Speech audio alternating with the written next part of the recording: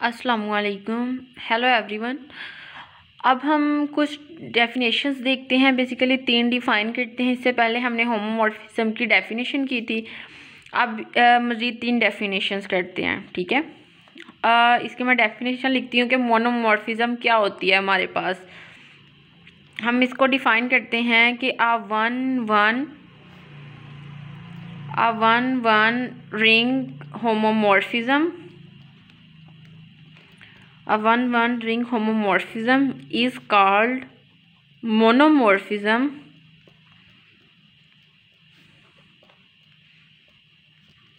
or injective homomorphism. कि जब हम फंक्शंस में इंजेक्टिव सब्जेक्टिव करते थे और बाइजेक्टिव करते थे, सेम वही चीज़ हम यहाँ पे यूज़ कर रहे हैं, लेकिन अब हमारे पास होमोमॉर्फिज्म में आ गया ये। यानी कि वन रिंग होमोमॉर्फिज्म होगी तो हम उसको कहेंगे कि वो मोनोमॉर्फिज्म है या फिर वो इंजेक्टिव होमोमॉर्फिज्म है। अब एम्पीमॉर्फिज्म क्या होती है कि असर्जेक्टिव रिंग homomorphism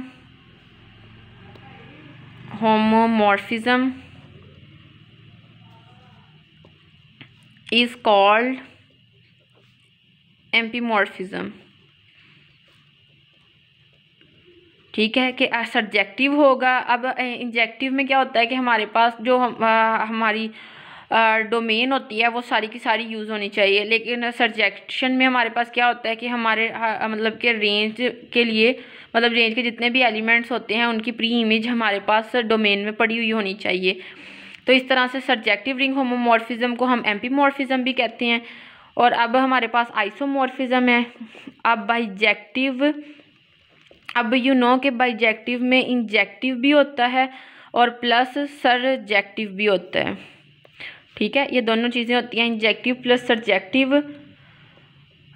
रिंग होमोमॉर्फिज्म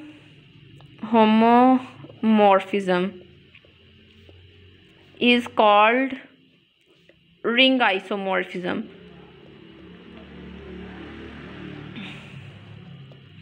हमने अब यहाँ पे 3 डिफ़ाइन लिखी। मोनोमॉर्फिज्म में क्या होता है कि इंजेक्टिव रिंग होमोमॉर्फिज्म होती है। एम्पीमॉर्फिज्म में क्या होता है, सर्जेक्टिव होता है। लेकिन आइसोमॉर्फिज्म में क्या होता है कि बाइजेक्शन होती है, हमारे पास 1-1 कोरेस्पोंडेंस होती है कि बाइजेक्टिव यानी कि injective plus surjective ring homomorphism is called ring isomorphism. ये छोटी छोटी सी डिफाइंस थी, जस्ट इनका पता होना चाहिए कि मोनोमॉर्फिज्म में इंजेक्शन है, एम्पाइमॉर्फिज्म में सर्जेक्शन है और आइसोमॉर्फिज्म में बाइजेक्शन है। आई होप कि ये तीनों चीज़ें क्लियर हो गई होंगी। Thank you.